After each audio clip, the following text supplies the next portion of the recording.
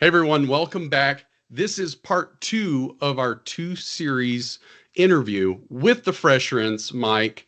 And if you missed that first one, you need to go back and watch it before you hit play on this.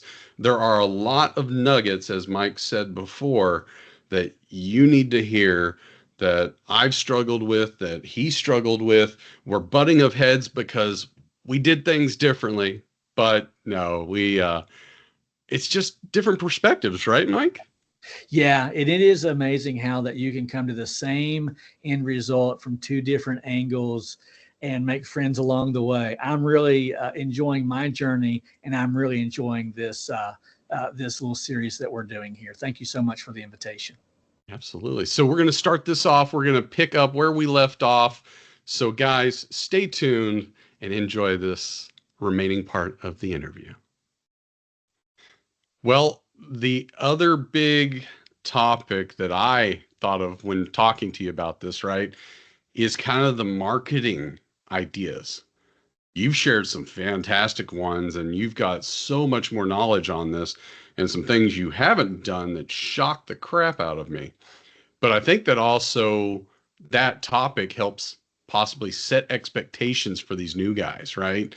Because I jumped in head first, sunk a whole lot of money into marketing like somebody else didn't, and they've succeeded a little more. So, I guess quick story on mine, right? I started and I knew from all of my corporate experience how marketing plays a big important factor.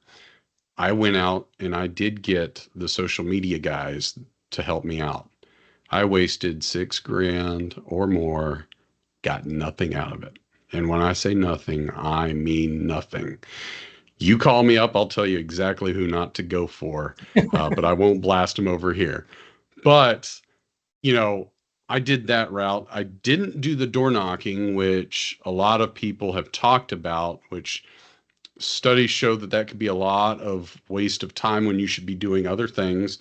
I did do the signs. The signs are very good, I think. I don't have the A-frame like you talk about, which I need to get with you on because I need to get me an A-frame. I can make that happen for you. And then part of your commitment to other pressure washers is you've got other items that you have to give as references or even buy templates, I believe, right? That's exactly right. Yes, sir. So, flyers, signs, I think those are great. I did end up getting a Google Marketer, and I will happily say that it took some time to get going, but I have performed in many areas where others haven't been lately. So I am happy to say it's working and my SEO is starting to take off, but still, it comes with its own struggles and expectations that, you know, are not there when people really talk about it. I think it gets talked up too high and it makes it seem as it's super easy, but it's not. Yeah. But you started different. I don't think you've even had a website. To this day, I do not have a website. What on earth? That is crazy. It is 2025 Yeah. and you don't have a website and yet you're doing 4 to 6 opportunities in a day? Yeah. Yeah. John, there was a time when the phrase in business was, it's all about who you know. It's different now. It's reverse. Now it's all about who knows you. We're living in the days of communication, of social networking, and now is such an amazing time, not only in the world but in the world of business, where that you can advertise free of charge.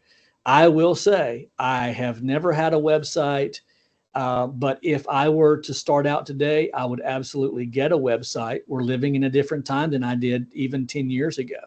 My first ads were on Craigslist, and I blew it up. I blew it up, Craigslist of all things. But here's the mistake. I'll tell you, I've made some mistakes, by the way. You don't know what you don't know.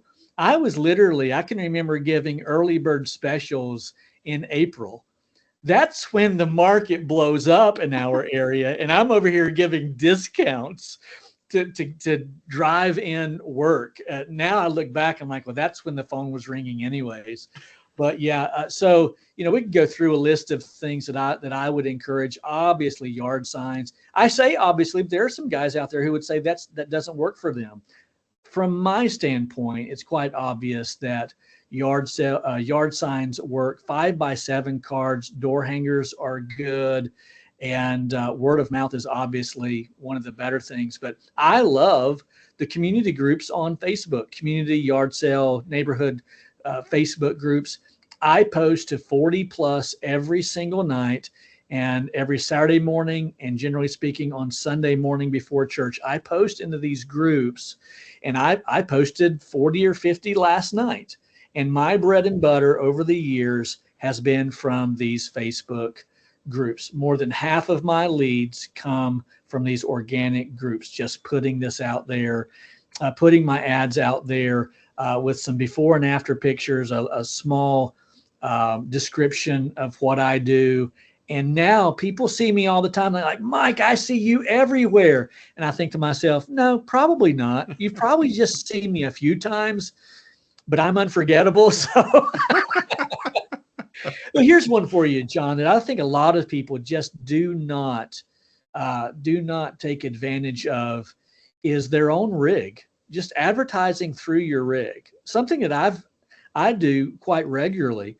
My wife and I will take two vehicles to church, and on the way to church, I'll park Jazzy. Jazzy's my truck. If anybody doesn't know, I have a big flatbed truck. I'll park that at one of the local intersections for a few hours just to gain exposure, free of charge. When I have a gym membership, I park right in front of the treadmills.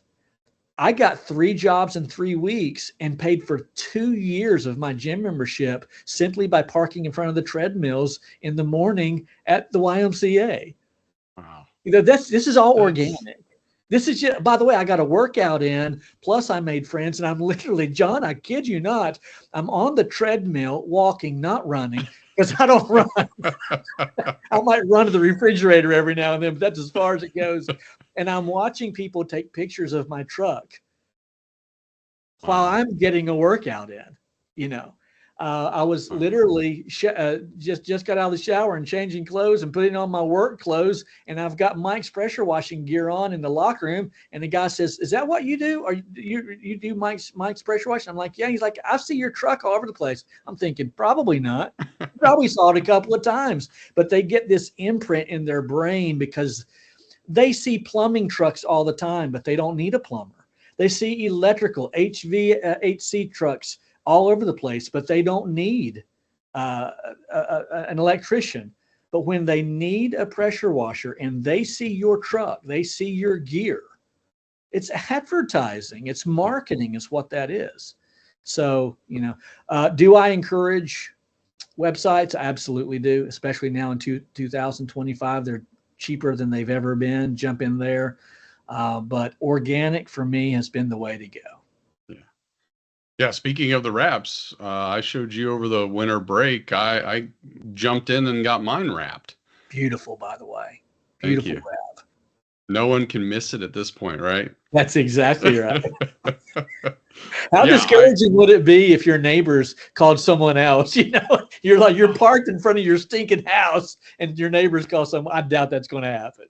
Oh, yeah. No, I mean, like you said, the strategy of every time I go somewhere has changed, right? We went to the baseball game for my daughter yesterday, and as I'm pulling in, I'm like, number one, I have to take my truck, not my Tesla. So I take my truck for the advertisement. Then on top of that, it was like, well, where am I going to park? Well, I think I need to park the furthest away because it's right by the entrance, and everybody's going to see me either coming in or coming out. Honey, are you okay? We're going to walk a half a mile to get to the field. Strategy. Hey, listen, no shame in my game. I don't hesitate to drive my truck to church. I mean, it is what it is. Hey, church people got to have their house washed, right?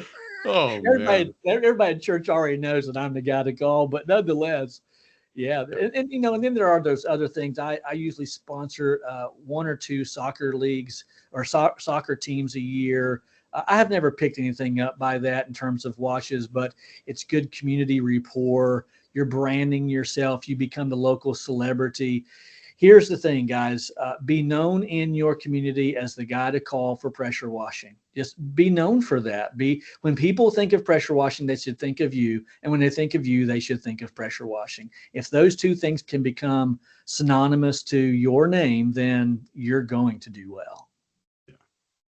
Yeah, sometimes I'm an MMA referee, as you know, but I sometimes think I'm going to take my truck that's all wrapped, not for advertisement, but because I had my other truck stolen. It's like no one's going to steal this thing because That's everybody sees it. You that's can't awesome. get away very fast. But That's awesome. I love that.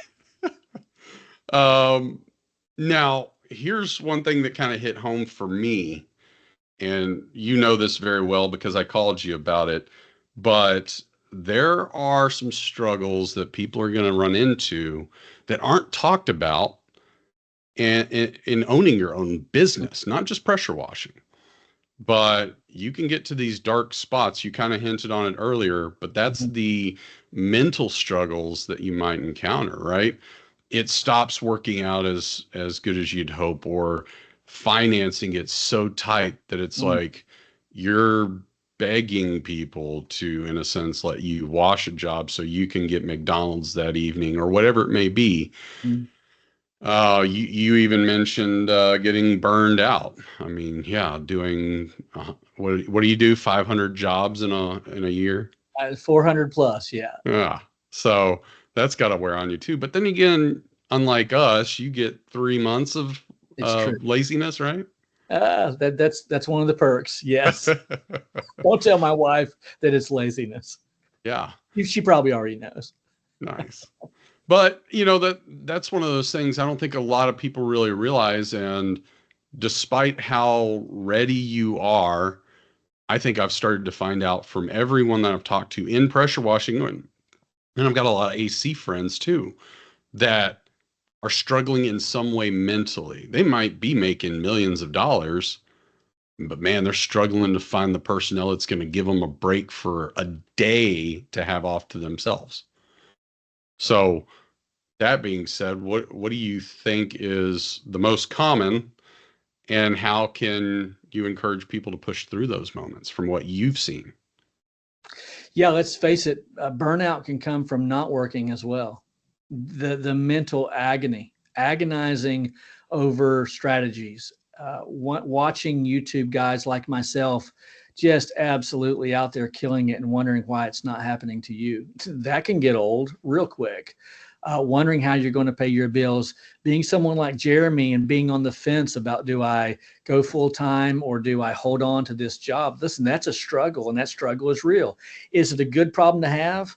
Compared to some, I suppose, but when you're in the moment and can be very lonely, yeah, you need some people to hang on to. I will. One of my greatest forms or advices of bits of encouragement, I should say, is I think every washer should have 4 or 5 guys, preferably in their area, that they can fellowship regularly.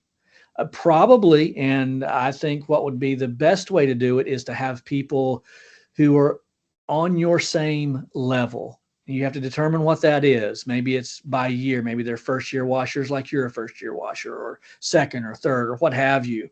Or maybe they have one truck and you have one truck, and you've got 3 or 4 or 5 guys that you can fellowship with. Because what happens then is you can actually watch one another grow. You can talk about your mistakes openly and not feel ashamed because they're out there making the same mistakes. And one of the best things about this process is that you get to watch probably one out of the 4 or 5 excel. Like this one guy, for whatever reason, is getting all the jobs, and he's making all the money, and now he's talking about more trucks, and he's talking about getting off the truck. And you're like, man, we started out the same time. You actually get to watch somebody grow, and you might even be that person. But if not, you get to watch somebody. So I would encourage someone who's just starting out, maybe first or second year, to find 2 or 3, 4 guys that are on the same level, work through your problems together, and watch one another grow. You're going to grow with one another, and it's a beautiful thing. Yeah, the depression can be real. The discouragement is very, very real. And yeah, I think more often it either comes from not being able to pick up work or being burnt out, but not. How about this? Here's a little crux that you can get into. You've got so much work, but not enough work to guarantee an employee, right? Like for all of these years, I've always been on the fence about hiring someone because I've got to lay them off in the wintertime. Now I've got ready wash systems and I can keep them busy in the shop. And that's very likely to happen that I'll hire someone. In fact, I'm almost destined to hire someone very, very soon. But for all of these years, I've been in that place where I'm like, I've got so much work that I have to give work away, John. Wow. And I have 3 or 4 guys in our area that I know don't have as much work as I do, and I give them work. That's a Wow. pretty good place to be in. But even that place right there, you're like, man, now what am I going to hire someone? Am I going to get another truck? There's another dilemma, albeit a good place to be, but the struggles are real from different angles. And yeah, we just got to work through those. Yeah, that's interesting. No, even early on, I hit a struggle, and we talked about this ourselves, and that was I'm watching all of these YouTube videos. I'm watching you, I'm watching Austin Davis, and then I'm like, huh, these two guys are really great. I'm learning a lot. And one day, oh my gosh, I can't unsee this moment. He starts showing his truck off, Austin Davis, that is, and his area code is 512. 512 is an Austin area code. It is unforgettable. And right then and there, I was on the verge of never launching because I was like, I am not competing against this guy. No way. And sure enough, every video after that I saw him do, it was like, that's my area. He's down the street from me. He's over at South Park Meadows. Oh my gosh, he's over in Oak Hill. Oh my goodness. It Yeah. was so discouraging to see that. And I almost didn't launch. I really didn't. Yeah. But um, I have, and I've lost a job to him. Straight up, lost a job. I hate That this dirty because it was dog. like I had the perfect opportunity, and this lady was talking about other pressure washers in the area, and right away I was like, I bet she had him come over. Sure enough, I don't win the job. It was a price kind of battle or whatever. And I'm down in South Texas at an MMA event. My friend Blake, the other pressure washer, sends me a YouTube clip, and it's Austin on top of the roof of that house that I'm supposed to be watching. That dirty dog. Oh, oh, I lost it so bad. I was like, no way. Well, if I'm going to lose it to somebody, it better be him, right? That's right. That's right. So, yeah. Well, along those same lines, let me encourage someone out there who is finding that to be a struggle. You just feel like there's too much competition in your area. You don't compete, you don't compare to them. Well, I'll tell you, that's definitely not the case. I would encourage someone who feels like they're just in that vein and they're having that struggle, just to step back and make it happen. Listen, I operate with a chip on my shoulder. That's not good for long-term strategy, but I will tell you, having the chip on my shoulder, always being the shortest guy, never making the team. If I did make the team, it was because someone else quit, literally. I was never a very good student. I was kicked out of college my first year and I was demanded. They walked me off campus, said, you can't come back anymore. And all this is true. I was determined. I was the guy who just was not going to be successful. But having that chip on my shoulder has kind of given me an extra gear, to drive in, and maybe a couple of extra lanes now that I can look back and say it was because of my competition that I excelled. And then I want to say this as well. I crossed a hurdle. I can't tell you when it was, but I crossed a hurdle where I was no longer angry with my competition. and I begin to pray for my competition. Begin to pray for their success. Then I begin to give work to my competition. What, John, this will freak a lot of people out, but those of you who wash in my area, you know this to be true.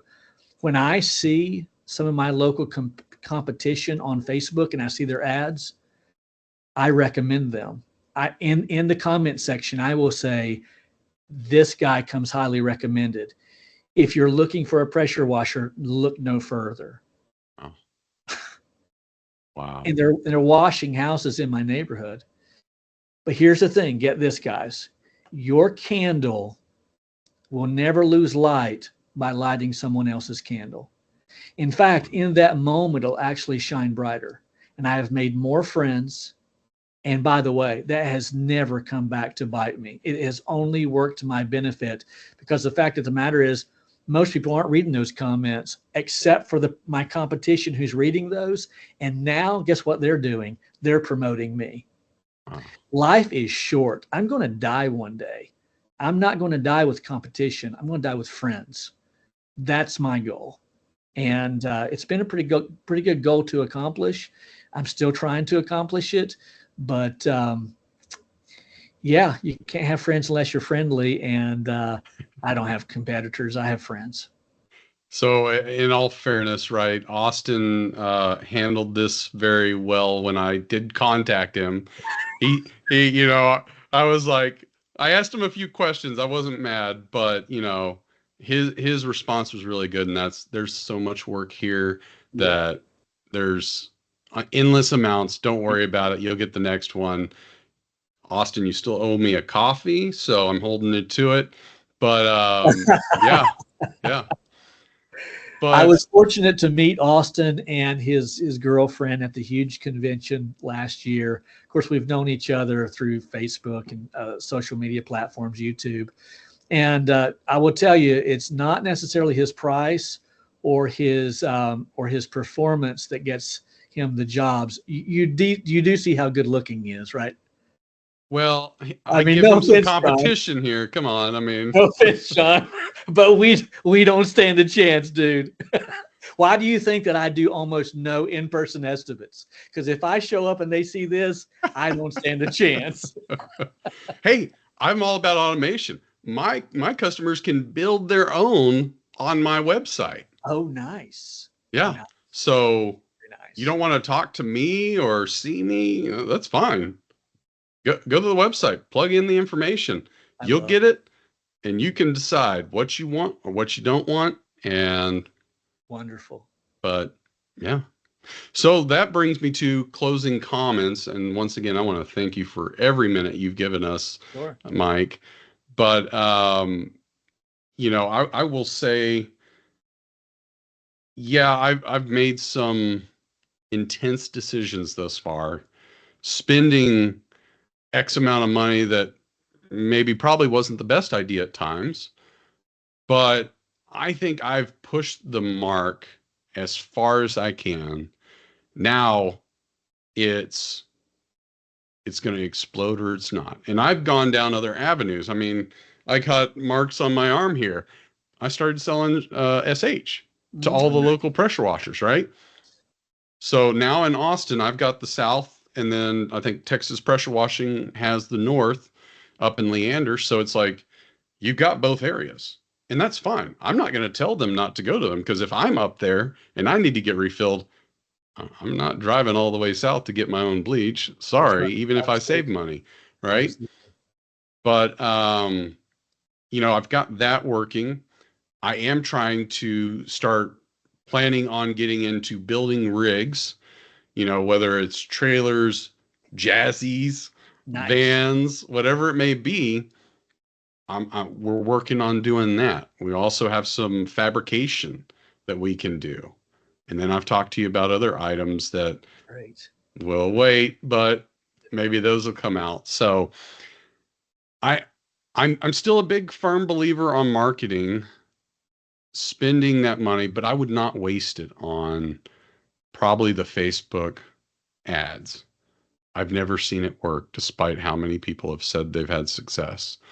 So I would I would steer away from that. Spend it on Google, the Angie's List, the Thumbtack. Man, I don't like that model. I really don't. I like some of the ideas you've given. That's been extremely, extremely great. Um, I didn't realize you posted on Facebook every night. I thought you were just doing once a week, but I guess when you told me before that they told you to tone it down, they literally Yeah. mean you need to stop. Yeah. So I will post to these groups, especially now that the season has started. I will post every night till probably mid-May, something of that nature. Then I'll cool my jets a little bit. I just want to get out there, let them know that, I mean, because that's when people are wanting washing. And you know how the algorithm works. Once they start seeing a few ads, those ads just keep reoccurring. You know, I would, as far as closing comments, let me throw this little nugget out there that I think you'll get a lot of mileage out of if you'll utilize this. And it's this one little saying right here. Once you have momentum, don't stop. If you stop, once you have momentum, you're going to get rear-ended. Because there are guys right now who have momentum. And if you stop, they're going to either run into you or even worse, they're going to pass you up. A lot of guys feel like, hey man, I've got momentum. Now I'm going on vacation. I'm gonna buy a new boat. I'm gonna take my wife out to eat every night. We're gonna live it up. I wouldn't do that. I would encourage you to get out of debt as fast as you can if you're in debt, and then allow that momentum to build even more momentum. But do not stop when you have momentum. You're going to get rear-ended. Yeah, and I will go back to making the friends in the pressure washing business around you. If I hadn't have done that, I would not have been as successful Yeah. thanks to the help of local people that I've gotten to know. And I can tell you what, I'll help anybody I can as much as I can. All right, guys, that's the end of this part 2 of our 2-series interview with the Fresh Rinse. Thanks again, Mike. This was so much fun for me. I hope everybody gets a lot out of this. And if I'm lucky enough, one day we'll have to dive even deeper and get an update on where I am and what you're doing, especially if you end up continuing the growth that you're doing on the backside with everything you've got. Yeah, I'm excited, John. I really appreciate the opportunity. It means a lot to me that you'd have me on. Yeah. I was lucky to get you. I don't know how I did it, but we got maybe you were around too much bleach that morning. I don't know. That's it. No doubt. All right. Thank you everybody for watching. And Mike, take us out, man. Guys, thank you so much for joining us. Really appreciate you, John. Appreciate everybody watching. My name's Mike. They call me the Fresh Rinse, and I'm out.